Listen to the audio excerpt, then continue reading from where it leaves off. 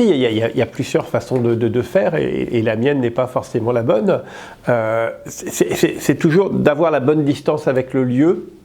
C'est un peu comme on disait en sciences, en sociologie. Moi je suis chercheur au départ. On dit voilà, par exemple, dans une science sociale, est-ce qu'il faut être très près de l'objet qu'on va étudier, ou est-ce qu'il faut être très éloigné?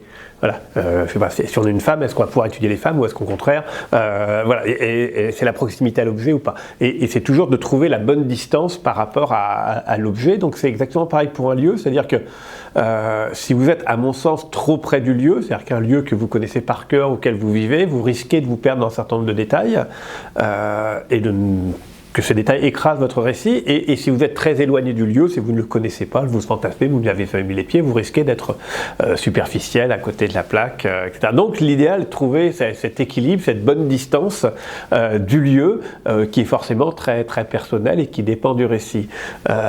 Ensuite, moi j'ai tendance de plus en plus dans mes romans à effectuer une sorte de casting des lieux, c'est-à-dire de ne pas avoir un lieu préalable, de ne pas dire mon roman va se passer dans tel ou tel endroit, de partir plutôt de mon histoire, et ensuite me dire où ça pourrait se passer, et ensuite de resserrer progressivement